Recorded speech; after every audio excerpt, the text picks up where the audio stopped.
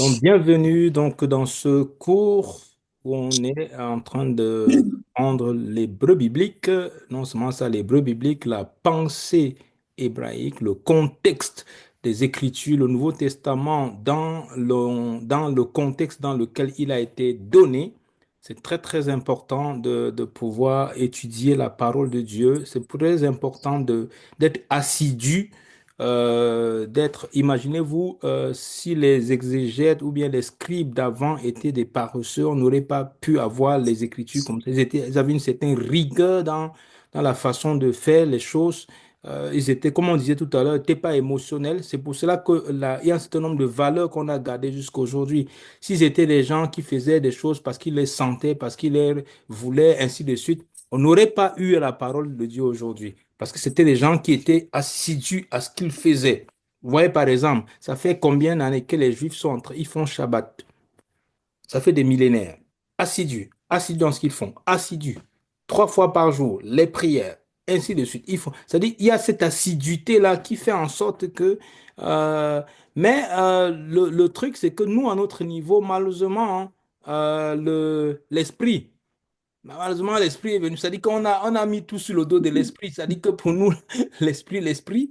Et malheureusement, disant tout l'esprit, on a tout spiritualisé de façon que euh, les gens disent même que moi, je lis ma Bible quand je ressens, quand le Saint-Esprit me met à cœur. Le Saint-Esprit va te mettre à cœur, lis ta Bible. La Bible dit médite le livre de la loi jour et nuit. Médite. Tu n'as plus besoin que le Saint-Esprit il te dit médite ce livre. C'est très important. Donc, la dernière fois, on a vu le. Qu'est-ce qu'on a vu? Oui, voilà. Par exemple, qu'est-ce qu'on a vu? Je veux désigner qui? iPhone 4, je connais, c'est pas un nom. Si, non, mais c'est Sylviane. Pardon? Sylviane. Qu'est-ce qu'on a vu la dernière fois? Où est-ce qu'on La s'est dernière fois, j'ai pas arrêté? pu suivre, mais j'ai regardé sur Internet. On a vu le même. En fait, Mhm. j'ai pas suivi, hein, Qu'est-ce qu'on a mais dit? j'ai le même. Tu n'as pas suivi? J'étais pas là. J'ai pas pu participer Mais la tu n'as pas, dernière fois. tu n'as pas regardé le replay? J'ai regardé, oui. Mhm. Donc, tu as suivi. Je te taquine, J'ai mais bon. regardé. Qu'est-ce qu'on a ressorti sur le même? Qu'est-ce qu'on a dit de la lettre même? C'est une lettre, s'il vous plaît. Et une lettre importante comme ça, il faut même pas, il faut vraiment étudier, hein. S'il y a la lettre même et celle qu'on va voir aujourd'hui, ce sont les lettres extrêmement importantes. Oui. Qu'est-ce qu'on a dit du même? Quelle est sa valeur numérique Ok. déjà? Et, et regardez déjà, ce qui est marquant, c'est que je vous donne, regardez à quel niveau de, je sais pas, à quel niveau de, vous êtes, je donne un devoir sur 50 personnes. J'ai quelques personnes seulement qui répondent et qui le font. Je sais pas si je sais pas si je sais pas si c'est par mépris, je sais pas si c'est par quoi que ce soit que vous n'avez, enfin, je sais pas. Je n'avais pas compris, moi, qu'on devait vous rendre un devoir, pasteur. J'avais compris qu'on devait travailler ça à la maison, ces points-là, mais je n'avais pas compris qu'on devait vous remettre une copie. Ah, peut-être c'est moi qui me suis mal exprimé alors, parce qu'il y a des gens qui m'ont envoyé quand même certaines copies. Mais bon, enfin, c'est vrai que le but, c'était de photographier et me l'envoyer, parce que je voulais voir comment les uns les autres font, comment ils écrivent. Parce que c'est très important la pratique, hein. C'est important de regarder, mais c'est très, très important la pratique. Donc, quand je donne quelque chose, par exemple, il y a les indications que je donne. Euh, Abandonnons notre esprit, l'esprit rébellion française, là, hein, les Français, là, arrêtons. Quand on donne une instruction, faites l'instruction qu'on vous donne. C'est-à-dire que si je dis par exemple la prière, ouvrez vos micros, ouvrez vos micros. Ne dites pas que quand mon pasteur va me dire ça là-bas, dimanche, là je vais le faire parce que je suis soumis. Non, la Bible dit que les hommes de Dieu, les apôtres, les prophètes, les pasteurs, les docteurs sont un don pour le corps, pour le perfectionnement des saints. C'est pour cela que la Bible demande d'être réservé. Si tu bénis ton pasteur, tu l'honores, et qu'il y a un autre homme de Dieu, je dis bien un homme de Dieu, je ne dis pas un farfelu qui est en train de, enfin, qui se retrouve dans le ministère parce que il veut se faire de l'argent, mais il veut faire quoi que ce soit. Je dis un véritable homme de Dieu. Et que tu le déshonores parce que tu dis que tu honores ton pasteur, là tu es dans l'erreur. Là, c'est un peu comme si, c'est un peu comme si tu souffles sur le chaud et souffles le froid. C'est très important les instructions. Je dis que quand on prie, à moins que ce soit bon, vraiment que vous êtes dans un contexte, parce que ça arrive, et ça se comprend, hein, ça se comprend parfaitement. Dans un contexte, vous ne pouvez pas mettre votre micro allumé, ça se comprend. Mais autant que possible, le temps de prière, imaginez-vous le temps de prière. Imaginez vous êtes en train de conduire la prière. Il y a 200 personnes qui sont là. Vous donnez un sujet de prière. Alors on va prier maintenant pour commencer à renverser les forteresses qui résistent en France. On va prier tout le monde. Il y a 100 personnes, hein. Dès que vous donnez le sujet de prière, vous êtes encore le seul qui est là. Vous vous entendez tout seul. Tout le monde a mis mute. Ça ne va pas vous encourager vous-même. Mettez-vous un peu à la place, changez de rôle. Donc, c'est très important de suivre, même par rapport à ça. Excusez-moi, c'est un peu peut-être le côté hébraïque, hébreu. Les choses doivent être, on doit vraiment être assidu dans ce qu'on fait. Comme dit souvent, on est les fils et les filles de la parole. On doit être des fils et des filles de parole. On n'est pas encore parfait, moi-même non plus, mais j'y tends, par la grâce de Dieu, avec l'aide de Dieu. C'est très important, bien aimé. Quand je donne une instruction et tout, et déjà même pour ceux qui ne sont pas dans le direct, déjà je ne comprends pas pourquoi ils ne sont pas là. Je ne comprends pas. Parce que moi, si je ne suis pas dans un coup, la moindre chose que j'envoie un message au moins au responsable en disant je ne serai pas. Là, on le fait quand c'est le travail. Ouais, un peu. On le fait quand c'est le travail. Mais quand c'est les choses spirituelles, il y a une légèreté. Oh, on s'en fout. Oh, en tout cas, il me voit pas en même temps. C'est qui même ce pasteur-là? Je sais pas moi. Dis-moi juste ce que je dois apprendre et savoir.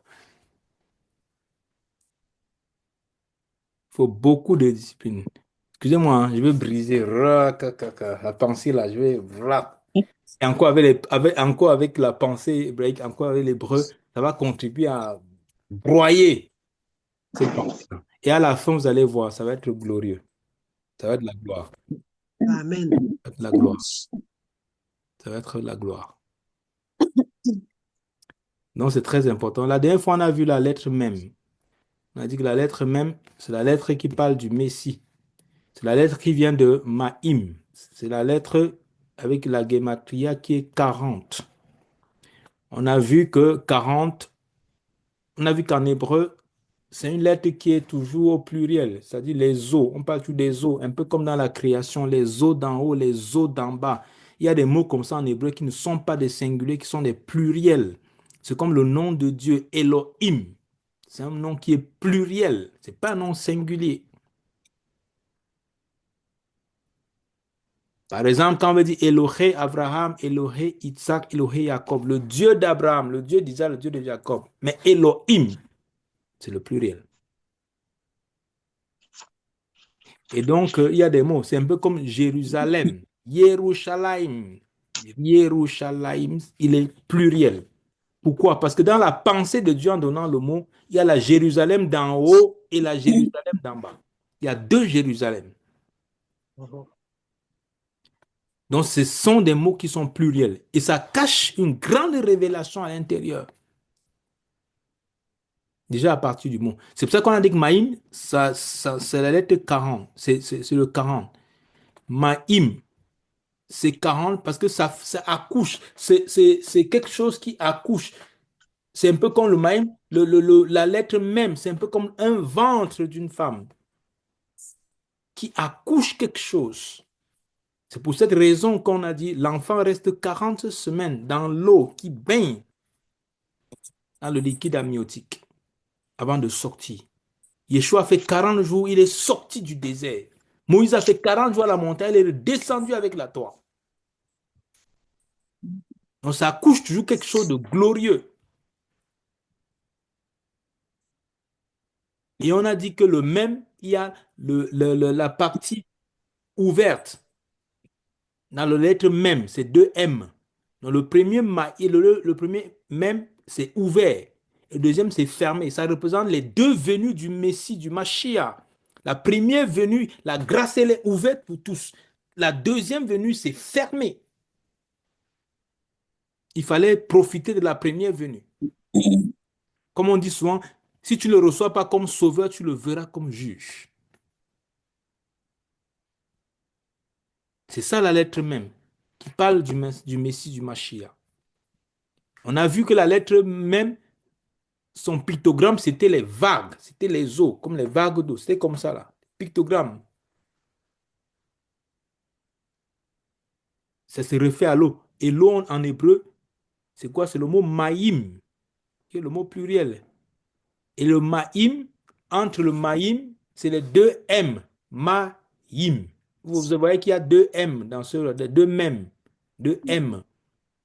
Le maïm, les eaux d'en haut, les eaux d'en bas. Et entre les deux eaux, il y a le yod.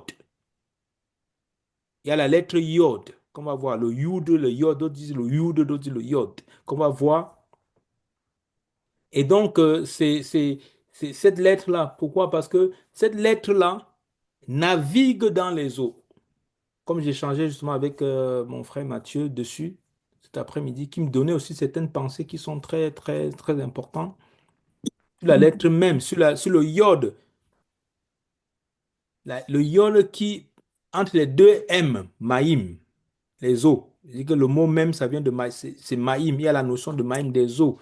Il y a M, M. Et entre les deux M, il y a la lettre yod qu'on va voir aujourd'hui.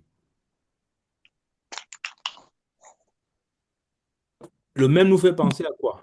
Au Messie, au Mashiach, au Meler, c'est-à-dire le roi, Messie, Mashiach. Donc c'est très très important la lettre même. Donc si vous n'avez pas vu qu'on fait, revenez au replay. Vraiment suivez bien le même. C'est très important. C'est une lettre très importante. Aujourd'hui on va voir la lettre qui suit, qui est la lettre Yod, qui est le Yod. Alors, il y a plusieurs appellations, hein. Il y a certains qui vont dire Yud, d'autres vont dire Yod. Moi, je préfère. C'est pour ça que vous avez vu, vous allez voir, j'ai mis Yod ou Yud. Donc voilà, il y a beaucoup de choses qu'on a dit sur la lettre même, hein. Vous allez voir avec le replay. Maintenant, on va sur la lettre Yod, le Yud en hébreu. Alors, donc, ce qu'on va faire, c'est que je vais partager mon écran. Bon, je peux que pas faire de cette façon, hein. Même s'il y a des gens qui me disent souvent que ces petits n'arrivent pas à... Je sais pas vraiment comment résoudre ce problème. Mais bon, je vais le partager.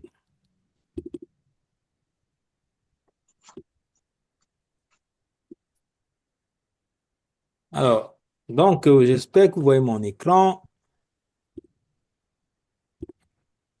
Alors, la lettre Yud, le Yod, sa gematria, c'est le 10. Donc, sa valeur numérique, c'est 10. C'est l'une des lettres, voire la plus importante de l'alphabet hébraïque, de l'alphabet. Et c'est la plus importante de l'alphabet. Son pictogramme, c'est la main, parce que ça vient des yad. Yad en hébreu, c'est la main. Son pictogramme, c'était la main, comme une main baissée comme ça, là. C'est pour ça que vous voyez que c'est comme une virgule, comme une main. Et donc, c'était ça, le pictogramme. De cela, c'est la main. C'est pour ça que ça vient de Yad en hébreu, qui veut dire la main. Yad Elohim, la main de Dieu. Et donc, il se prononce comme un I ou comme un Y. C'est l'équivalent dans notre alphabet. Un I ou un Y. Il est la première lettre qui fait partie des quatre lettres du tétragramme. Ça, c'est très important. Et je relevais déjà que ça se voit avec l'humilité de Dieu lui-même. Il est l'humilité personnifiée parce qu'il va choisir la plus petite lettre de l'alphabet grec. Son équivalent en grec, c'est le iota. Quand vous allez entendre Yeshua dire que on passe souvent les iota, c'est la plus petite de l'alphabet grec. En fait, Yeshua, comme il parlait hébreu, ou araméen, il a dit yod. C'est le yod qu'il a employé, c'est pas le iota. Et donc, donc le yod, c'est la plus petite lettre de l'alphabet hébraïque. C'est une lettre suspendue. C'est l'une des lettres qui ne touche pas la terre. C'est suspendu, le yod. Parce que c'est une lettre divine. Et donc, le yod, ça commence le nom de Dieu. Et donc, je dis souvent que l'humain, il est tellement rempli d'orgueil, il est tellement imbu de lui, que si on lui demande si on lui demande de choisir une lettre, ah, vous et moi, je pense qu'on va choisir les lettres de noblesse, comme on dit souvent.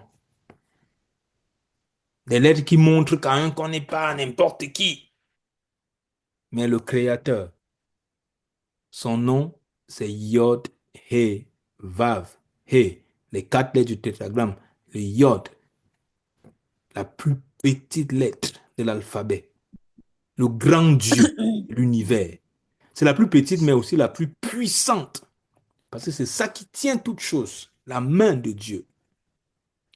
Donc, le nom du Messie, vous avez vu les lettres, aussi au niveau, les quatre lettres du tétragramme, le Yod, He, Vav, He.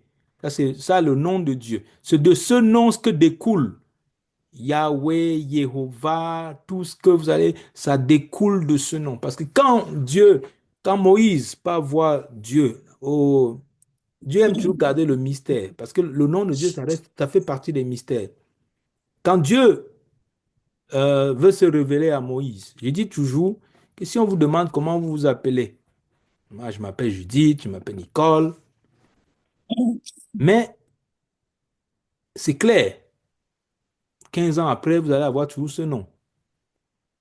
Mais quand Moïse se retrouve avec Dieu face à face, il demande à Dieu, mais moi j'irai vers eux, qu'est-ce que moi je leur dirai? Il dit, mais c'est qui m'envoie? Tu leur diras que je suis m'a envoyé, je suis celui qui est. Tu leur répondras que je suis m'a envoyé vers vous. C'est difficile. Ben, c'est pas, entre guillemets, c'est pas clair. Mais c'est ça, le nom de Dieu. Le Yod, He, Vav, He. Les quatre lettres du tétragramme. Et de ce nom-là, Yod, He, Vav, He, que vient le nom de Yeshua. Il faut savoir que le Yod fait partie des lettres qu'on appelle les EEV. En fait, c'est un acronyme. Le Aleph, le He, le Vav et le Yod. Ces quatre lettres sont les lettres qui sont rattachées directement, on va voir le EEV après, rattachées à la personne de Dieu et du Messie. C'est un acronyme qui est composé de Aleph, Vav, He, Yod. Et ces lettres forment tous le nom de Dieu. Le Aleph, c'est le nom de Dieu. Le Vav, pareil. Yod, He, Vav, He. Le He, le Yod. Comme je disais, c'est l'équivalent de notre Y en français. Il y a un bon débat on va voir ça tout à l'heure. Que, oui, alors, oui, ah, ça c'est la slide que je devais mettre normalement. Alors donc, c'est la plus petite, on a dit ça tout à l'heure. Son pictogramme est la main, il vient de Yad, qui veut dire la main. Elle est la première lettre du nom de Dieu, du nom du Mashiach. Pareillement, voici le nom de Dieu, Yod He Vav He, le nom de Yeshua.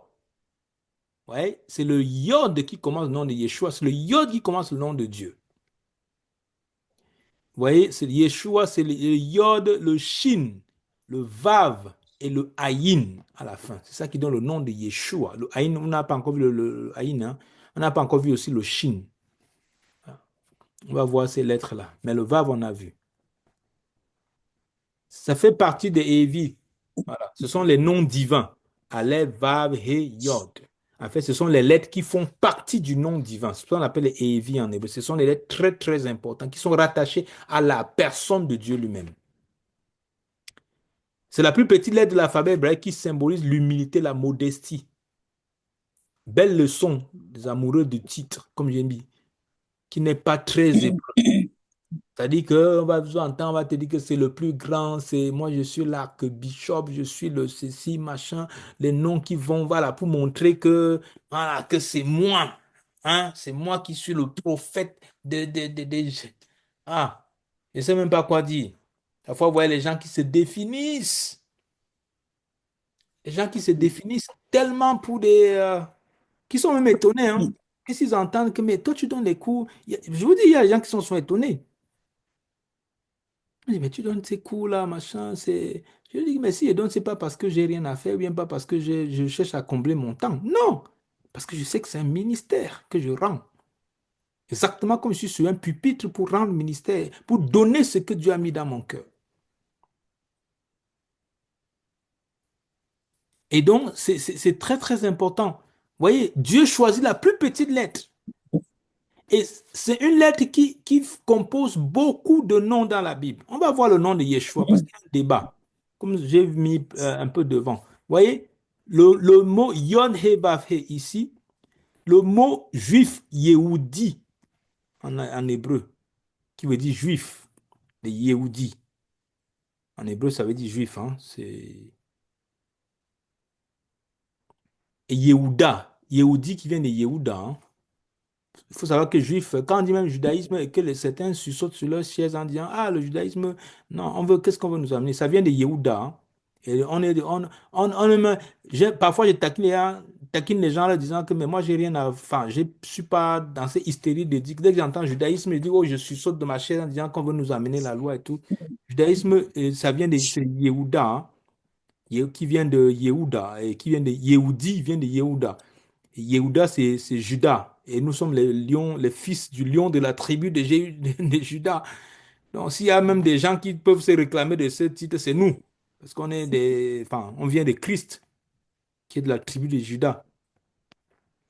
Donc, la vraie puissance de Dieu s'exerce dans son humilité. Voilà la leçon du Yod. La vraie puissance de Dieu s'exerce dans l'humilité. Si vous voyez qu'un homme de Dieu qui est très imbu, qui ne passe son temps qu'à parler de lui, de ses connexions, de comment il est puissant, de comment Dieu agit avec lui, de comment il fait un message, 45 minutes de ce message-là, c'est juste pour parler comment il est puissant, ses témoignages, comment il est grand, comment il est connecté, comment. Hmm. Question, ça nous pose problème sur l'esprit qui l'anime, parce que l'esprit de Dieu est un esprit d'humilité. On retient toujours les grandes manifestations de Dieu dans la vie de Moïse, mais le buisson ardent est un signe encore d'humilité. Dieu qui vient rencontrer Moïse au jardin, qui vient dans un buisson. Voyez un peu les symboles d'humilité dans un buisson qui brûle quelque part. C'est là que Dieu il rencontre Moïse. L'humilité, Dieu nous enseigne l'humilité, bien-aimé. C'est très important, l'humilité. C'est une école d'humilité. On retient toujours les grandes manifestations, mais la plus grosse des manifestations de Dieu avec Moïse, c'était le buisson ardent. C'est là que tout a commencé. Donc, dans le Yod, on voit aussi le débat, comme je mets le débat, parce que Yod, ça fait partie du nom de Yeshua. Et il y a un débat toujours entre le nom. Est-ce qu'on doit dire Yeshua? Il y a certains qui appellent. J'ai déjà eu des débats avec les Yahshua, avec ceux qui sont partisans du nom disant qu'il s'appelle Et moi, j'aime toujours dire Yeshua. Pourquoi? Parce que Yeshua, quand vous dites Jésus, par exemple, et moi je le dis, ouais, ça c'est un nom qui est traduit, qui veut rien dire, en fait. Enfin, il veut dire étymologiquement qui veut rien dire. Alors que le nom Yeshua, quand la salutation de l'ange à Marie, elle vient dire, tu l'appelleras Yeshua parce qu'il sauvera son peuple de ses péchés. L'ange a donné le nom, il a traduit pourquoi la fonction de ce nom, pourquoi ce nom. Parce que Yeshua veut dire salut, délivrance. Donc quand tu dis au nom de Yeshua, tu dis au nom de la délivrance qui a été acquise à Golgotha pour moi. Parce que Yeshua veut dire délivrance. Et donc, les gens disent que, pourquoi il y a les partisans de Yeshua? Parce que pour eux, ils disent que Yeshua veut dire normalement Dieu sauve, Dieu délivre. Ce qui n'est pas faux. Et donc, ils préfèrent dire Yah, parce que Yah, c'est le nom de Dieu. Yah, c'est le nom de Dieu. N'oubliez pas que Yah, c'est le nom de Dieu. Dans la Bible, il y a des parties où Dieu s'appelle Yah. Et c'est la même chose comme Alléluia. Alléluia, Alléluia. Alléluia, c'est Allel, louange, Aya, qui est Dieu. Louange à Dieu. Donc, Yah, c'est le nom de Dieu. Et Yah, c'est seulement le Yod, He. Quand vous allez lire la Bible en hébreu, hein, c'est ce que je vous souhaite dans peu de temps parce qu'on est en train d'avancer, il n'y a pas de raison que vous n'allez pas commencer à déchiffrer. Et donc, quand vous allez voir, c'est un niveau où Dieu va s'appeler Yah, le Yod, He. C'est ça qui donne Yah. Et donc, eux, ils disent que si Yeshua, c'est Dieu délivre, donc normalement, comme le Shua en hébreu, ce qui veut dire délivrance, donc on dit Yahshua, Dieu délivre. Quand vous dites Yeshua, puisque le nom de Dieu, ce n'est pas Yé, c'est Yah. Et donc, c'est pour ces raisons qu'il dit que soit on va dire Yahshua, soit il y a des partisans de Yehoshua qui vont dire que le nom de Dieu, Yeshua, c'est Yehoshua. Mais il faut savoir que Yehoshua, déjà, c'est pas le vrai nom c'est le nom de Josué. Hein. Yehoshua, c'est Josué en français. Quand on traduit en français, ça donne Josué. Il faut savoir que Josué n'était pas le véritable nom de Josué. Hein. Dans Nombre 13, 16, c'est Oshia qui était le nom de Josué. C'est Moïse. C'est Moïse qui change le nom de Josué. Nombre chapitre 13, verset 16. C'est Moïse qui va changer le nom de Josué pour lui donner le nom de Yehoshua. Mais à la base, il s'appelait Oshia, qui a aussi la notion de salut. Et donc, pourquoi moi je dis aux partisans de Yeshua, de Yeshua que pourquoi je ne partage pas? C'est parce que le nom de Dieu, la plupart des, il faut savoir que dans le Yod commence la plupart des noms des grands prophètes de la Bible. La plupart des grands prophètes de la Bible. Josué, Yoshua, euh, Ésaïe. C'est toujours, ça commence toujours par le Yeshayahu. Le nom, c'est quoi? C'est le Yod. Irmeyahu, Jérémie, Yod. Yeshua même, c'est le Yod. Yohanan, c'est le Yod.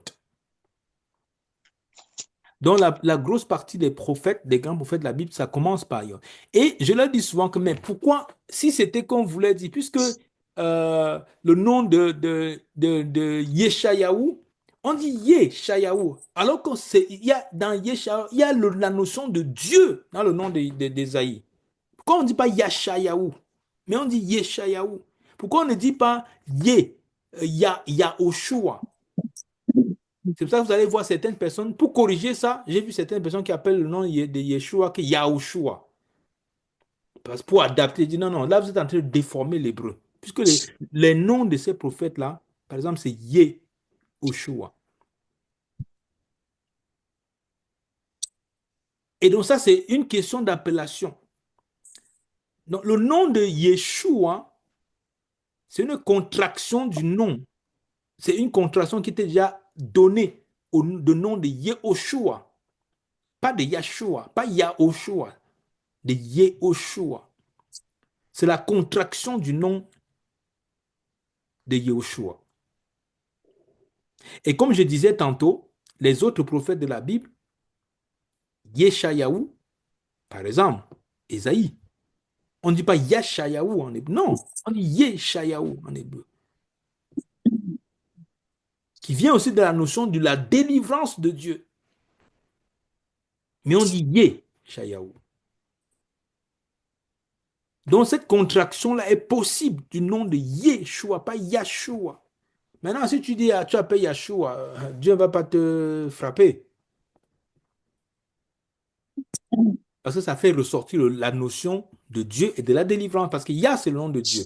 C'est ça même, c'est de là qu'ils sont partis, hein, en disant que Yah, c'est le nom de Dieu. Donc, Shua, c'est délivrance, salut. Donc, Yahshua, c'est Dieu délivre. Sauf que Yeshua aussi, c'est Dieu. Il y a la notion de délivrance. Parce que même les autres, comme je disais tantôt, sinon, ils devaient l'appeler Yah Imeyahu, pour parler de Jérémie, ou bien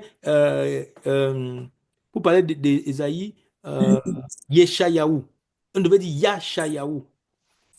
Si on voulait respecter la notion de Ya, mettre Ya dans toutes les sauces pour que ça résonne le nom de Dieu. Mais le nom de Yeh, puisqu'il s'agit il s'agit de quoi? Il s'agit du Yod et du He.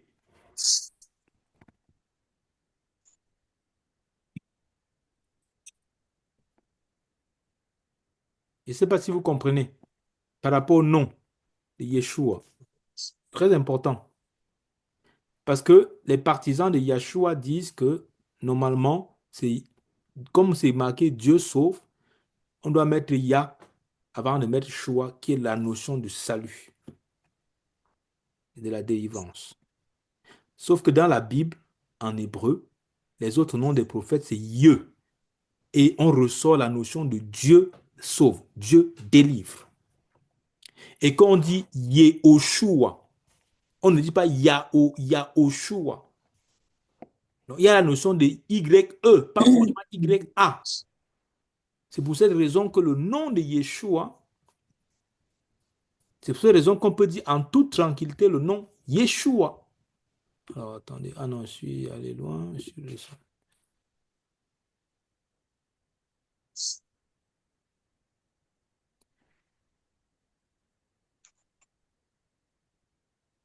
Ah, vous savez, il y a ce que j'ai évoqué la notion du Targum, hein. Le Targum, c'est la version araméenne. Vous allez souvent voir, puisque de plus en plus avec les expressions, vous commencez à vous habituer. Il faut savoir que le Targum, c'est la notion araméenne, la tradition araméenne des écrits bibliques. C'est ça qu'on appelle le Targum,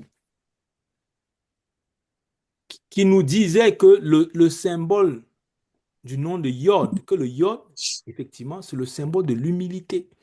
Que Dieu veut faire ressortir cette notion d'humilité. C'est dans l'humilité qu'on peut manifester la grandeur. On peut manifester la grandeur dans l'humilité. Il faut savoir que Yod fait aussi ressortir la force. Yod fait aussi ressortir la force. Il faut savoir que le Yod peut s'utiliser comme une voyelle également à la fin d'un mot. Donc, il peut s'utiliser comme des voyelles. Il y a des consonnes, puisqu'on est en train de voir les consonnes. Vous voyez qu'on voit Yod. Il faut savoir que Aleph et Vav peuvent s'utiliser comme des voyelles. On va voir ça d'ici, je pense que la prochaine leçon, on va rentrer dans les voyelles. Et ça, c'est vraiment la leçon où il faut que vous soyez là. Parce que ce sont des notions vraiment où, si vous avez des questions, qu'on rebondisse, n'hésitez pas toujours à me poser des questions. Ça, c'est très important. Ne laissez pas passer l'occasion. Si vous avez une question, arrêtez-moi et posez la question. Et donc, il faut savoir que la notion que Yod peut s'utiliser comme une consonne, peut s'utiliser comme une voyelle. Ça, c'est très important. Et donc, la notion de Yah, vous voyez ça dans Ésaïe 24, 26, verset 4. Hein. Si vous voyez si vous voyez dans la Bible hébraïque, vous allez voir que c'est le Yah, c'est-à-dire c'est le Yod-Hé. Donc, il y a des endroits dans la Bible, vous n'allez pas voir les quatre lettres du tétragramme, He, Vav, et qu'on a traduit par l'éternel. Donc, chaque fois que vous voyez dans la Bible l'éternel, c'est les quatre lettres. Ce que le français a choisi, c'est la notion de l'éternité de Dieu. C'est ce que Dieu disait à Moïse. Il n'a pas de barrière de temps, du passé, du présent, du futur. Il est dans un maintenant, dans un présent éternel. Il ne connaît pas hier, il ne connaît pas demain. C'est cette notion, il est éternel. C'est cette notion qui a été privilégiée par les traducteurs et même par les exégètes pour donner la notion de Yod Heva et celui qui est éternel, celui qui est dans un présent éternel. Et donc, chaque fois que vous allez voir éternel dans la Bible, c'est Yod Heva. C'est un peu comme le mot Adonai. Chaque fois que vous allez voir Seigneur, c'est le mot Adonai, la Bible hébraïque. Et donc, c'est la plus petite lettre, comme je disais, la plus employée dans la Bible. La plus importante dans la Bible, c'est-à-dire les personnages les plus importants dans la Bible, portent le nom, portent leur titre. Pourquoi? Parce que le nom de Dieu est beaucoup dans les noms des grands personnages bibliques. Il faut savoir qu'à la fin, comme je disais, à la fin du mot, on peut avoir le yod, par exemple, et le yod qui est la notion de la possession Parce que moi, c'est un peu comme en hébreu, on dit El. El, c'est le Dieu, c'est le nom de Dieu.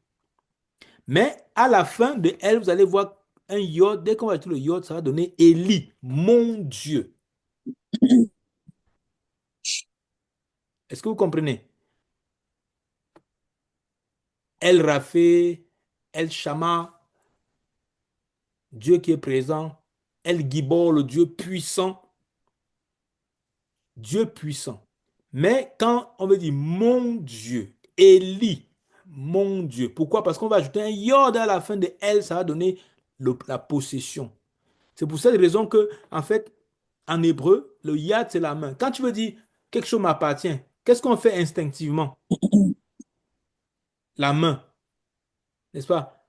Quand quelqu'un est en train de boire de l'eau, à qui est ce téléphone? Il va faire ça. Avec la main, non?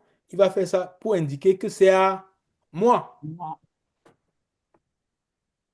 Donc, c'est cette notion à la fin. Donc, le nom de Dieu, c'est elle, mais quand vous voyez le yod à la fin, ça va donner mon Dieu. Yod est la lettre qui est suspendue. C'est-à-dire que c'est une lettre céleste.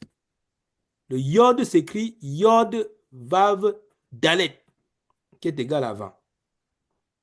Comme je vous ai dit, yod, quand vous voyez ici yod, vous voyez c'est Y-O-D.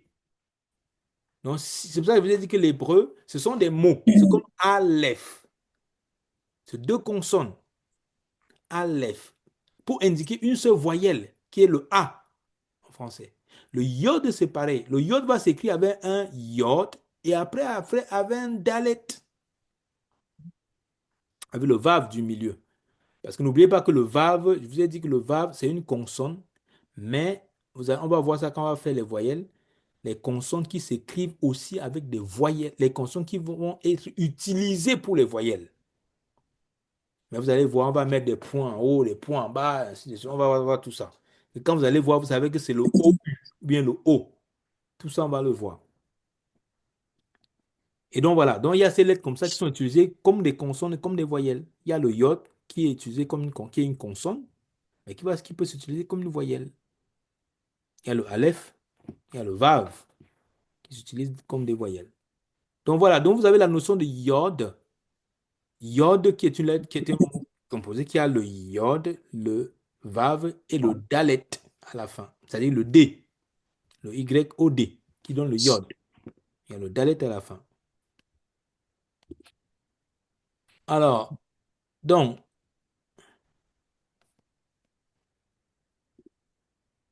il y a le dalet à la fin. Attendez, je suis descendu très bas. Voilà. Donc, vous voyez qu'il y a le dalet à la fin. Après, il y a le yod.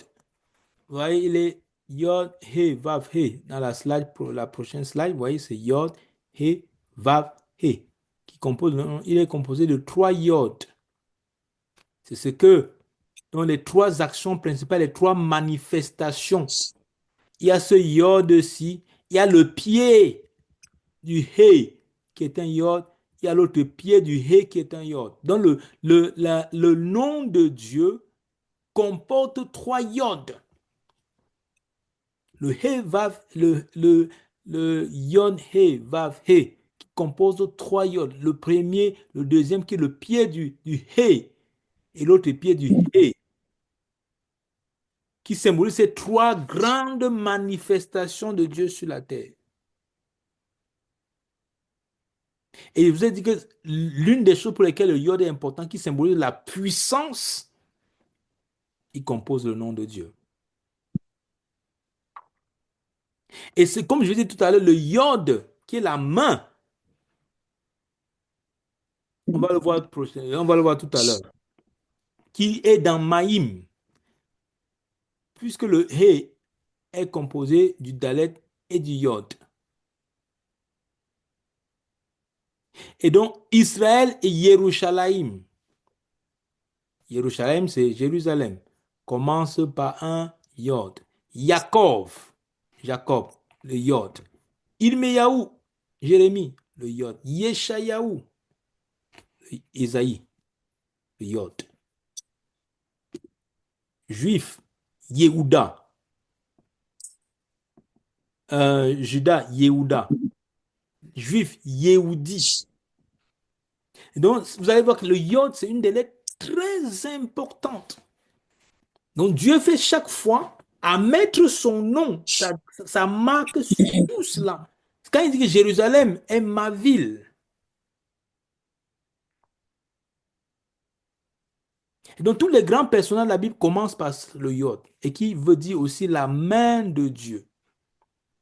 Le yod, Yeshua est la main de Dieu. Parce que le nom de Yeshua commence par un yod. Yod qui vient de yad, la main. C'est pour ça que Yeshua, quand on dit qu'il est à la droite, il est la main de Dieu. Yad. Parce que déjà son nom commence par un yod. Il est la main de l'Éternel. Le bras de Dieu, le doigt de Dieu. Et il y a cette notion de plonger dans les eaux. La notion du baptême. Comme j'échangeais tout à l'heure avec mon frère Mathieu. Et Mathieu, tu vas prendre la parole aussi pour donner ton avis sur Yod, hein, sur ce que ce que tu as posé comme question la dernière fois, à la dernier cours. Quand on te plonge dans l'eau, c'est ça qu'on dit que la main de Dieu, il y a les eaux d'en haut et les eaux d'en bas.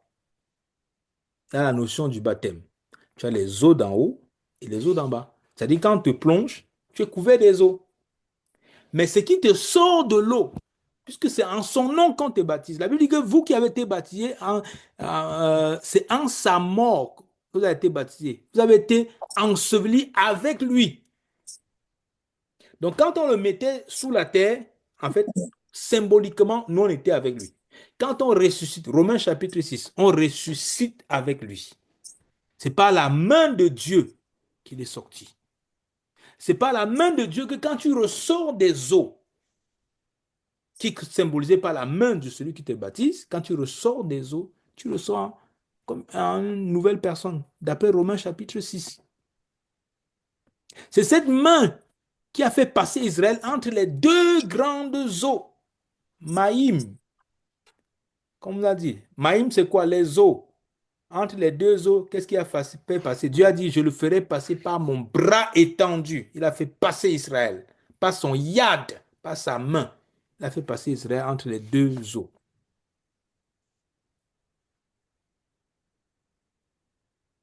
Et comme on a dit, il va symboliser la notion d'appartenance. Béti en hébreu, par exemple. Bête, maison, Béti, ma maison. C'est la notion.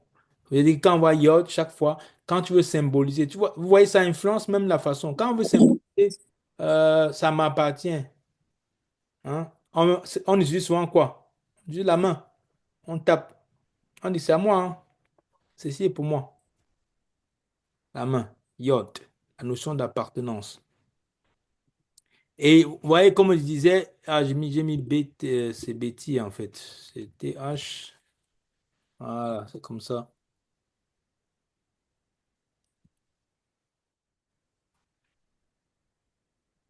Parce que vous avez dit que c'est le iode, c'est le I ou bien le Y. Les mots commençant par iode, vous voyez, il y a yam en hébreu. Yam qui veut dire la mer. Ce sont les mots aussi qu'il faut noter en passant. Hein. Yam en hébreu qui veut dire la mer. Yad qui est la main.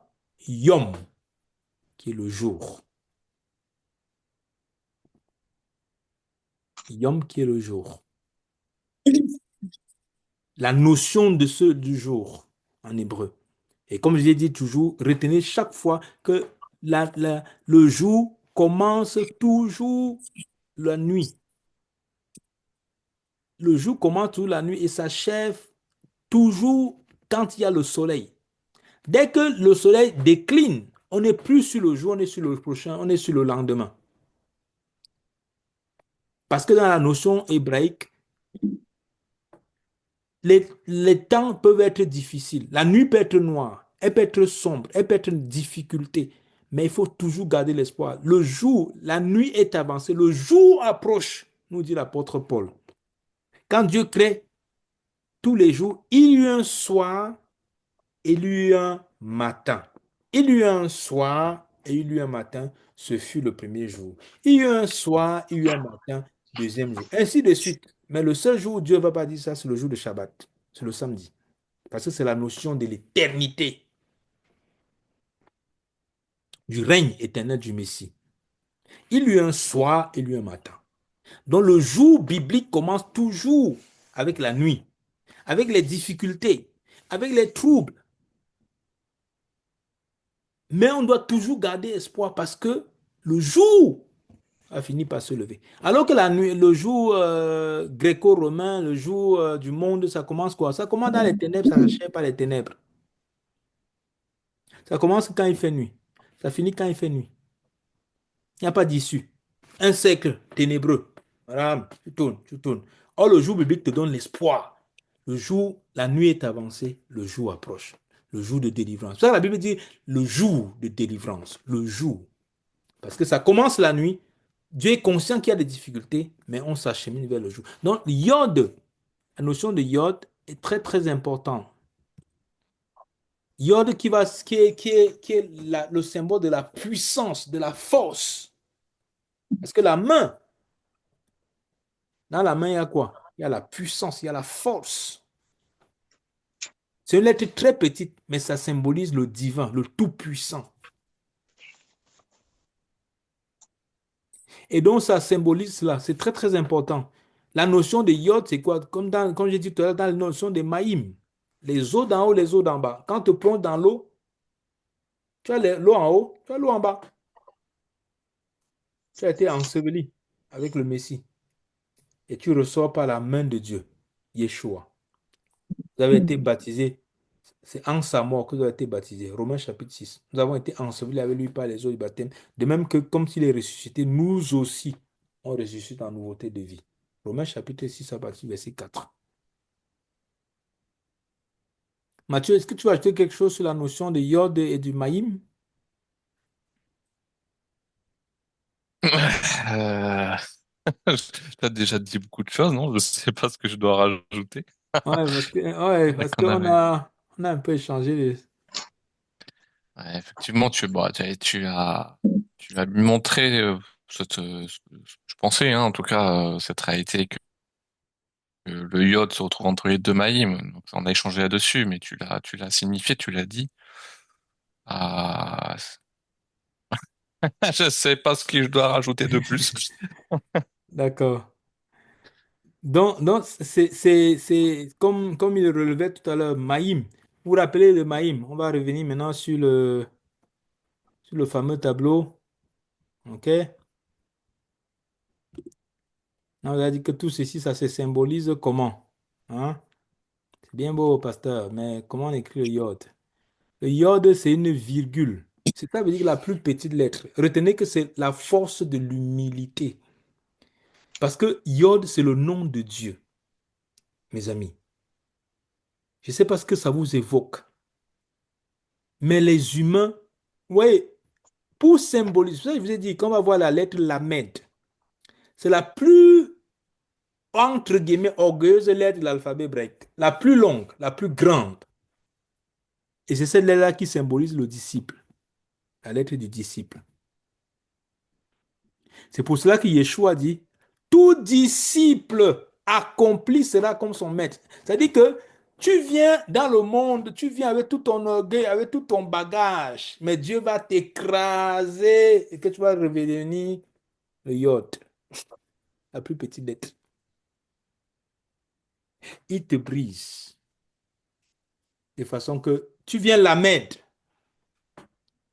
tu ressors yacht. Tout disciple accompli sera comme son maître. Et quand il dit accompli, là, c'est quoi? C'est que Dieu va écraser. Pas les situations, pas les épreuves. Il va écraser. Il va t'écraser. Il va te mouler jusqu'à ce que tu deviennes la plus petite lettre. Donc, quand on dit de...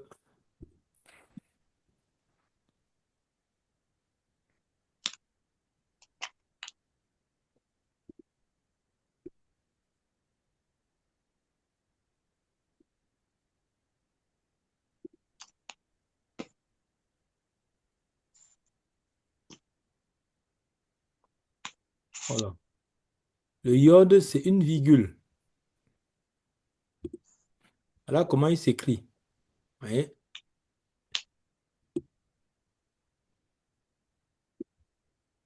Bon, j'ai pas bien écrit. Alors, la gomme, elle est où? La fameuse gomme, elle est là.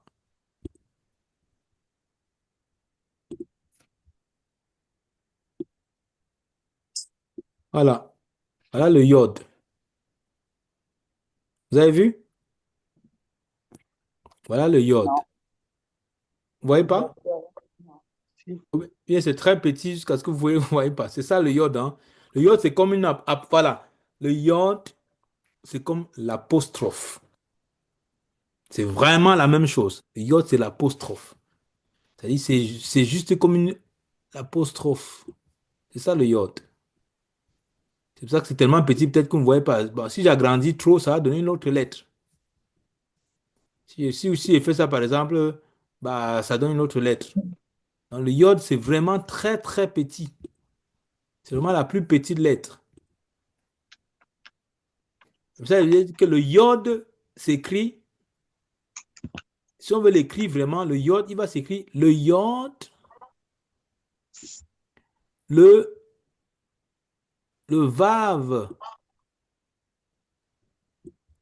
et le dalet.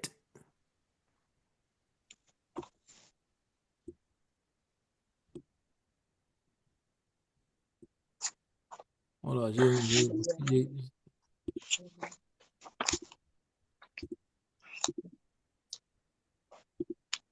le dalet, c'est un trait, hein.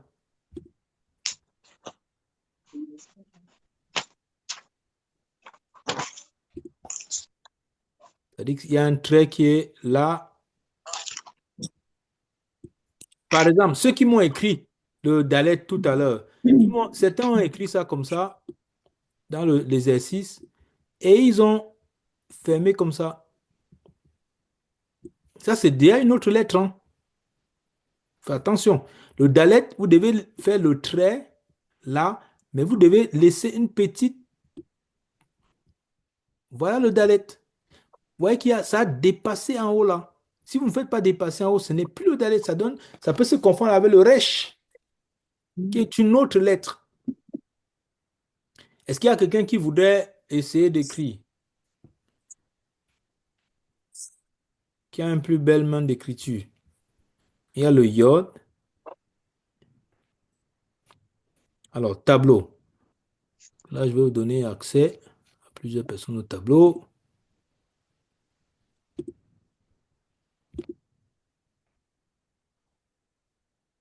Autoriser les participants à partager un tableau blanc. Qui peut commencer à partager Normalement, il y a déjà accès, hein. Tu as Bon, accès, hein? on peut écrire dessus déjà. Ouais. Bah, essayer d'écrire. Mathieu, tu peux y essayer d'écrire le. Bah, Mathieu va te donner un exercice.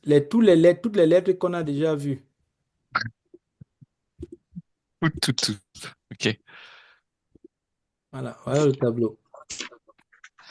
Ça, rassure-moi que ça, c'est pas ton iode. Non, c'est pas moi qui ai fait celui-ci. Ah, ok. Quelqu'un d'autre, mais c'est pas mal. Ah non, c'est trop gros. C'est trop gros. Je prends toutes les lignes hein, parce que tu as écrit vraiment tout petit entre deux lignes, mais est-ce que je prends la hauteur des lignes? Non? Bah, si tu veux modifier, tu modifies. Mais tu vas écrire après, je veux que les autres puissent écrire, hein. Bon, je vais faire comme ça. Le Aleph. En passant, excuse-moi un peu, vous voyez comment il a écrit le Aleph? Parce que si vous écrivez comme ça, par exemple, je prends un exemple. Si vous écrivez comme ça, parce qu'il y a certains qui m'ont écrit le Aleph comme ça, là.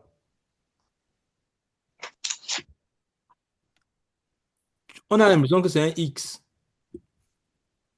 Certains ont écrit Aleph. Est-ce que vous voyez un peu la différence entre ce Oui. Aleph-ci qu'il a écrit?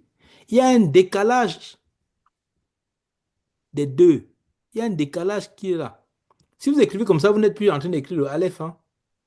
Il faut vraiment qu'il y ait cet espace entre les deux. OK? Voilà, tu peux continuer, s'il te plaît. Ok. On a vu la lettre bête, la maison. Le bête, est-ce que vous voyez le bête aussi? Parce que je parle aussi pour l'exercice. Les Tu gens veux, n'ont pas, j'augmente un petit peu derrière pour. voilà, les gens n'ont pas mis le petit bout derrière ici. C'est très Non. important.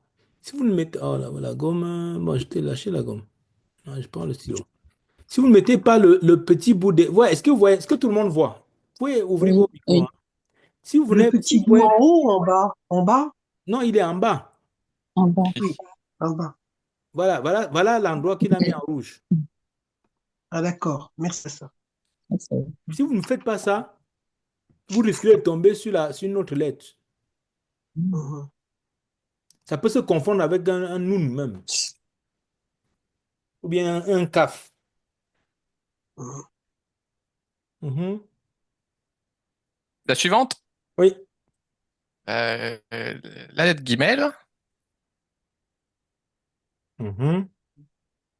Il n'y a pas, on va faire le petit trou, sait-on jamais si. Ah, attends. Euh, euh, j'arrive pas jusqu'à. Je peux pas laisser le petit trou au cas où pour pas essayer de. Oh, oui. La lettre hé, je crois qu'on l'a vu là. Ah non, on l'a pas vu la hé encore. Oui. Maintenant, pas Ah, vu. Guimel, désolé, je les, je les connais toutes alors. Guimel, c'est comme ça, c'est pas attention, ah oui. La lettre. Guimel. Ça, c'est le guimel, hein. Guimel, Pas Guimel, pas Guimel. Oui, Guimel. En haut, c'est droit, oui, comme ça? on peut Oui, les, on peut effectivement, l'écrire. on peut l'écrire Voilà. C'est un un peu peu, comme vous, hein. Oui, vas-y. un peu comme ça, effectivement, c'est possible. C'est possible d'écrire comme ça. Les deux Voilà. versions se font, je Ah, on crois, hein. peut faire les deux. Les deux versions s'écrivent. C'est un peu comme vous. D'accord. C'est un peu comme Mm. vous en français. Il y a des personnes qu'on va dire écrivez M. Ils vont écrire le M comme ça. Puis ils vont faire comme ça. Vous voyez? Mhm. Il y a certains qui vont faire ça, Ah tac, ouais, ils vont faire baisser un, 1. Pour eux, c'est clair. Les deux, si c'est d'accord, M. d'accord. Voilà.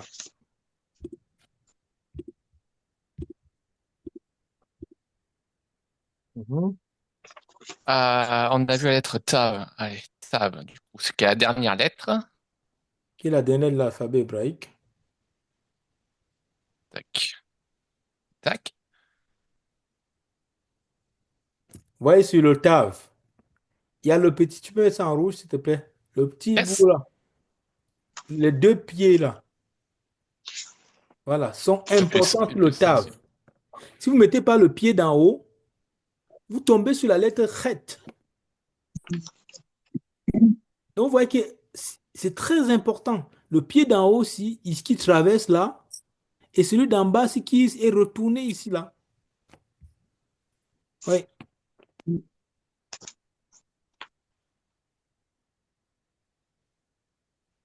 Ouais, le petit pied là. voilà. Je les laisse entourer en rouge. Oui. Le pied, oui, là, pour qu'on voit quand ça dépasse. Ok.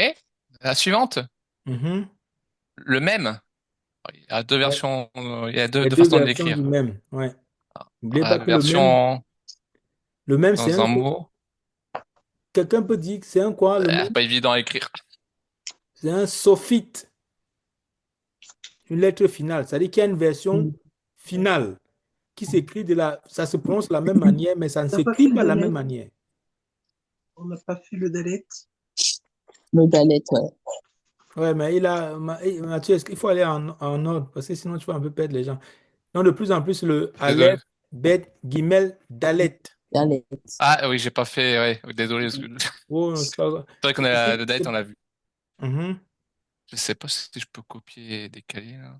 Alors, en passant, est-ce que vous avez vu, vous avez vu, ça ressemble le ventre qui a un bébé. C'est un peu comme on appelle la matrice. Et vous avez vu, le Mhm. même, ça c'est le même, c'est ouvert là. C'est le Mais quand il début. est à la Mhm. fin d'un mot, il est fermé. C'est pour ça que même, la lettre même s'écrit M, M, M. Le premier M, il est ouvert. La Et première ouvert. venue du Machia, c'est ouvert. La deuxième, c'est fermé. C'est important. Oui, Ouais, je vais les mettre dans l'ordre. oui. veux que j'écrive même Sophite Bah, tu as écrit même Sophite, hein. Oui, oui, pas besoin de le préciser. Ça, c'est le même Sophite. Sophite qui veut dire final. Voilà. Bon, je fais le dalet du coup. Oui. Alors, le dalet, comme ça. Ah, j'aimerais bien faire plus droit. Voilà. Voilà. Donc, ça, c'est le premier. Aleph, Bet, Gimel, Dalet. C'est en ordre là maintenant. De plus en plus, on va les réécrire en ordre. Parce qu'en ordre, c'est comme le A, B, C, D. Aleph, Bet. Bon, enfin, Bet était aussi une lettre. On va voir les dégâts qu'il fait. Hein. Donc, il est une lettre. Voilà. Bref. Quand il a le point, il est bête. Quand il n'a pas le point, il est vête. Mais quand on a dit qu'est-ce qu'on a dit quand on voyait la lettre? Que quand on le voit sans dans un mot, on privilégie bête. Donc, Aleph, bête, Gimel, Dalet. Ouais. Ok, et puis je crois qu'il manque plus que le Yud. Je crois qu'on Ouais. Yud. les autres, si je me trompe pas encore vu. Yud qui est toute petite. Non, On n'a il pas pourrait vu le... le Vav. Non, pas en rouge. On a vu le Vav, non? Ah, on a vu le Vav. Oui, Ah bah oui, peut-être on a tu vu dois le avoir Vav. raison. Mais le Vav, on l'a vu dans le Aleph. Non, on l'a pas vu le Vav encore. Ah ok, bon, on J'ai l'a rien vu. écrit dessus. Aleph, bête, Gimel, Dalet. Et le Yud, ouais, j'ai écrit un tout petit là. Il faut l'entourer. C'est ce qu'on a vu aujourd'hui. Voilà. Celui-ci, le Yud. C'est exactement comme l'apostrophe. Donc, voilà les lettres qu'on a vues jusqu'aujourd'hui. Mais il me semblerait qu'il y a quand même une certaine lettre qu'on a vue. Attendez. Je pense qu'on a vu autre chose. Vous mettez un doute. Aleph, Bet, Gimel, Dalet, le Yud, le Mem, le Tav. J'ai rien écrit de Aleph, plus. bête, oui. Tav, Gimel, Dalet, Mem, oui. Et Yud. OK. Donc, effectivement, ce sont les lettres qu'on a vues.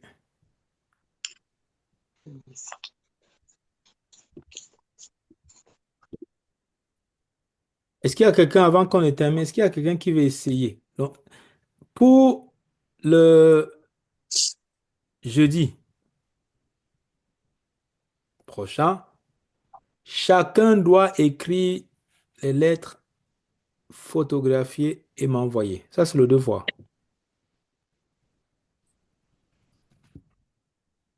Avec sa gematria. Le Yud, c'est le 10. OK? Mhm. Donc, C'est le quand on va 10.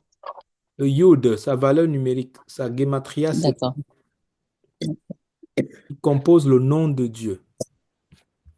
Aleph, Bet, Gimel, Dalet. Aleph, Bet, Gimel, Dalet, Yod. Voici le même final. Le Tav, on a le Yud, Yod, que voici. Ça nous fait il y a 1, 2, 3, 4, 5, 6, 7 lettres. Il y a des lettres où on va aller un peu plus rapidement que d'autres. Mais on va commencer à voir les voyelles. Ça va nous permettre déjà de déchiffrer. Je vais voir si vous connaissez. Je vais voir si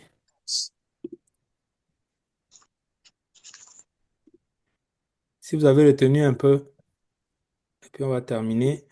On est déjà. Alors, est-ce que quelqu'un peut. Tu peux m'écrire le Aleph. Je vais effacer ce que tu as écrit, Mathieu. Je suis vexé.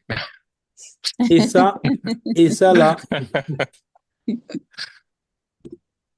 et ça pour vous, lui représente quoi?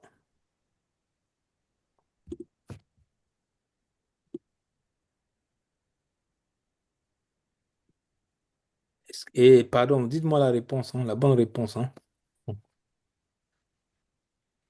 C'est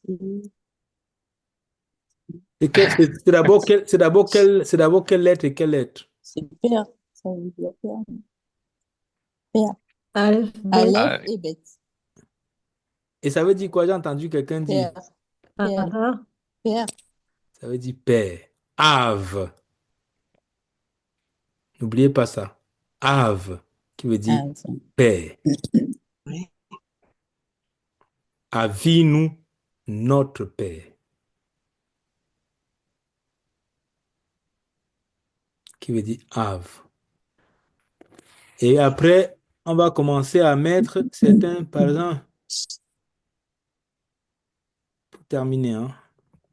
Bientôt, on va commencer à mettre un certain nombre de choses. C'est-à-dire que quand je vais commencer à vous écrire certains mots,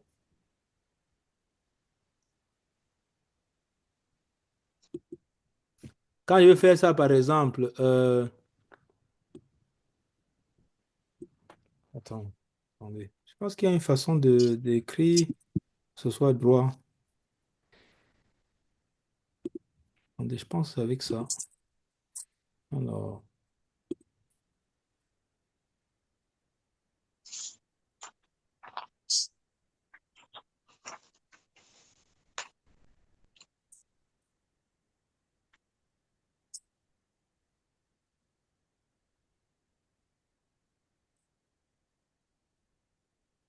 oh là là. Et quand, si je fais ça,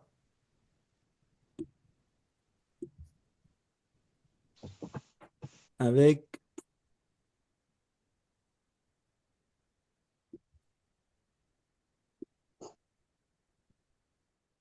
excusez-moi, hein. Oh là là.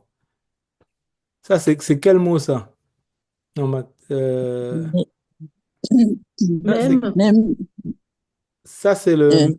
Non, c'est Dal- faux. C'est quelle lettre ça? Dalet et même. Non. Moi, il manque quelque chose que je voudrais entendre. Ça, Le même final. Le même Si. le même même fermé, final. Parce qu'il est, Maïm, il est à la fin. fermé, Pardon? Maïm, même final. Ça, Même, ça, c'est quelle lettre? le ta, Non. le Dalet. Mais c'est bien. C'est qui a dit d'aller? Dalet Et même. même final. Dalet. Le petit bout que j'ai mis ici, là, c'est quoi? Il est où le petit bout? En bas, là. En C'est bas du Yod, dialecte. Dalet, Dalet et Yod. On a mis Yod. Oh non, Dalet et Maïm. Non. Maïm, ne confondez pas tout. Maïm, c'est un mot, hein, c'est les os. Ouais. Si vous dites même, je Même, comprends. même Mais- et Dalet. Ah oui, non, même et d'aller, c'est lui qui a dit ça, c'est faux parce qu'il est en train de lire de la gauche vers la droite. L'hébreu, c'est lire de la droite vers la gauche. Dalet et même. Dalet et Dalet, même. même. Et ça donne quelle lettre? Ça donne quel mot? Mm. Celui-ci, on va le voir bientôt. Le petit trait là, dame. ça donne dame. Parce que ça, c'est le A. Mm. Petit trait que j'ai mis en bas là, c'est le A. OK? Donc, vous voyez que ça. Ah, d'accord. Ouais, Ok, je- j'avais pas compris que tu as mis en la bas, voyelle. Ouais, j'ai mis une voyelle en bas. C'est pour ça que j'indique depuis. Que les C'est un gens petit voient. point. où ça, la C'est un voyelle, point, moi, je vois pas. Le mot veut dire dame. Pourquoi âme? Dame. Parce qu'il y a le Mm. D-A. Le petit trait que j'ai mis ici en bas, quand on va voir le kamat, tout ça là, le petit trait que j'ai mis en bas, c'est le A. tout petit, On voit pas, ouais. C'est un point. Voilà. Non, c'est un trait. Voilà, si on a mis ça en rouge, Après, Ah, ok, ouais, je vois. c'est le Petit A. petit. Donc, vous voyez qu'à Eh partir ben, des voyelles, on commence à sortir des mots. Donc, quand je vais mettre ça comme ça, les massorètes, comme il n'y a, même quand il n'y avait pas de voyelles, quand ils voyaient un dalet même, la première chose, ça fait penser à quoi? ouais, Dame, le sang, de- le sang, dame. Vous voyez? Mais avec les ouais. massorètes, quand ils sont venus avec ça, ça donne dame, qui veut dire le sang. OK? Est-ce qu'il y a des questions? On est à la fin de Ah, notre cours. ouais. Ah, ouais, d'accord. Ah, ouais. Donc, petit à petit, on va introduire la notion de voyelle. On va pas les voir tout d'un coup. On va commencer à introduire la notion, les deux A. Deux façons d'écrire A, le E. Tout ça, on va les introduire. Et quand on va les introduire, on aura clairement des versets bibliques qu'on va commencer à étudier. On va étudier ensemble bientôt le premier verset en hébreu. Et vous allez voir que serez capable de lire. Et ça va être très émouvant pour vous. Vous allez être capable de lire le premier verset de la Bible. Mais bon, quand on verra les voyelles et quand on va voir une grosse partie des lettres, des consonnes. OK? Est-ce qu'il y a des questions? Non. Après, moi, j'entends, j'ai pas compris, je reçois souvent des messages inbox, j'ai pas compris ceci. Mais est-ce qu'il y a des questions? Mais vos questions, ça vient toujours après.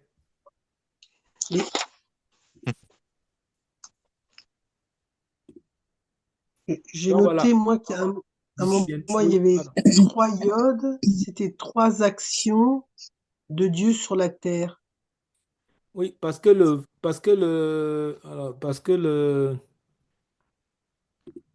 non, j'ai pas dit le yod, j'ai dit pas le yod, le nom de Dieu, le Le yod nom et comporte trois vav iodes. et. Les Le nom trois de Dieu Ah, bon, comporte trois. importants. excusez-moi. Non, Moi, non, il n'y a pas de mal, hein. j'ai noté 3 iodes, trois actions et manifestations de Dieu sur la terre. En fait, j'ai dit ça pourquoi? Parce que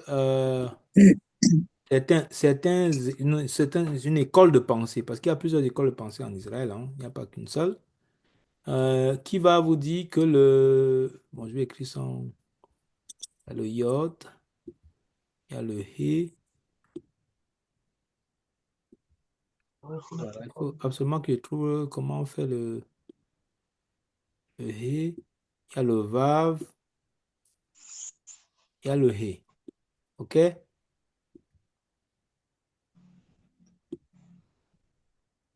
Yod, Ça, c'est le nom de Dieu. Attention, les Yod quatre lettres du tétragramme. et Yod, Vav. he, vav, he. Y, H, W, H. Comme vous le Oui. voyez souvent en général. Et donc, il y a une école de pensée qui dit le Yod, He, Vav, He est composé, puisque dans certains endroits, vous allez voir, à certains endroits, vous allez voir que le Yod va s'écrire comme ça, juste un trait. Dans plusieurs Bibles même. Dans certaines, vous allez voir, ils vont écrire Yod comme ça, He, ils vont faire Vav, ils vont mettre le trait plus long, et He. Excusez-moi le massacre, hein. Donc, voilà. Et donc, ils vont dire que le yod-ci, c'est le même yod que vous retrouvez sur le bras du hé. Est-ce que vous voyez? Ah, d'accord. Et c'est le Oui. même ici. C'est-à-dire que le nom de Dieu est composé de ces trois yods. Parce que le yod, comme je l'ai dit, ça s'écrit comme ça. À un moment donné, c'est comme l'écriture. Les gens ont simplifié au maximum. C'est pour ça que je vous ai pris l'exemple sur le M. Je vous ai dit que les gens peuvent écrire M comme ça. Certains vont écrire comme ça, ils vont embellir, ils vont monter, ils vont retourner, ils vont redescendre, ils vont retourner. Et c'est toujours le M. Certains vont même encore, ça va être juste du dessin même. mais c'est la même lettre. La même chose, l'hébreu n'échappe pas à cette règle-là aussi. Donc les trois iodes qui seraient dans le mot, ça serait la première, l'apostrophe et le haut de chaque Le bas et de hé, pour les faire deux hé. croire où Oui. sont les trois iodes en fait. Non, le yod, ça c'est le yod déjà.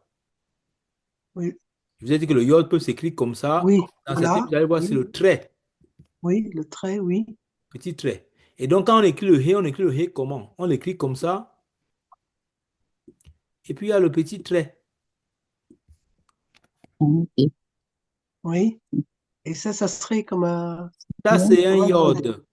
Ah, d'accord, ok. Et comme il y a un deuxième et, le deuxième et fait le troisième iode. Tout à fait. Ah, d'accord, merci, pasteur. Mhm. Dans le nom divin. OK? Oui, merci, pasteur. Je t'en prie. En tout cas, je ne sais pas s'il y a une autre question. S'il n'y a pas une autre question, on va mettre fin au cours en vous remerciant grandement pour votre participation. Que l'Éternel continue de bénir chacun d'entre vous. Père, nous voulons te remercier pour ce temps que tu nous donnes. Nous voulons te donner toute la gloire et toute la louange. Merci d'agir dans nos cœurs, Père, par ta main puissante, par ton yad. Seigneur, agis puissamment pour déraciner les forteresses dans nos âmes, dans nos cœurs, pour que nous puissions te ressembler, Seigneur. Merci de bénir chacun d'entre nous. Merci de bénir ces moments que nous avons, ces moments que nous avons passés. Et que ton esprit continue à nous inspirer. Que ça donne plus de profondeur dans les cœurs. Que le Saint-Esprit continue à parler dans les cœurs de chacun. Pour donner encore plus de relief, de profondeur dans les Écritures. Au travers de ces enseignements, Seigneur. Merci de nous accompagner, de bénir chacun, de bénir nos nuits. Merci parce que tu es avec chacun de nous. Que ton nom soit béni dans le nom de notre Messie Yeshua. Amen. Amen. N'oubliez pas les points Amen. qu'on a Amen. Merci, évoqués. pasteur. N'oubliez pas les points qu'on a évoqués par rapport à ce qu'on s'est dit au début, qui est très, très important. Donc voilà. OK? Mhm. Ok. Que l'Éternel vous bénisse. Je vous souhaite une bonne nuit. Que Dieu vous garde. Merci. Et s'il y a Merci. des À questions, Merci, vous aussi. pasteur. Bonne Bonne nuit. semaine. Merci. Bonne nuit à merci. vous. Soyez Bénisse bénis. également, pasteur. Merci. Chacun d'entre vous. Merci. Amen. On se retrouve Shalom. dans 15 jours, c'est ça? Oui, mais Oui. jeudi prochain, s'il vous plaît, jeudi prochain, je vais vous préciser ça dans le groupe. Envoyez, réécrivez toutes les lettres qu'on a vues jusqu'à présent et vous me l'envoyez. Merci. Réécrivez toutes les lettres qu'on a vues jusqu'à présent. Et s'il vous plaît, soyez très, très assidus parce que à partir de la semaine prochaine, ça va commencer pas à se corser, mais ça rentre dans le vif, dans le dur. Les voyelles et tous les autres. Et là, on va commencer après à déjà lire le premier mot en hébreu. Vous allez déjà être en mesure de le faire. Et donc, petit à petit, on va prendre les versets de la Bible en hébreu. Je vais l'écrire en hébreu, comme ça, vous allez commencer à déchiffrer les lettres. OK? Ça vous va? Oui. Très bien, pasteur. Parfait. Soyez bénis. Soyez bénis, pasteur. Béni. Chacun d'entre vous. Amen. Pasteur. Merci. Et bonne semaine. Soyez bénis. Bonne semaine à Bonne fin de tous. semaine. Shalom. Shalom. Dansez bien.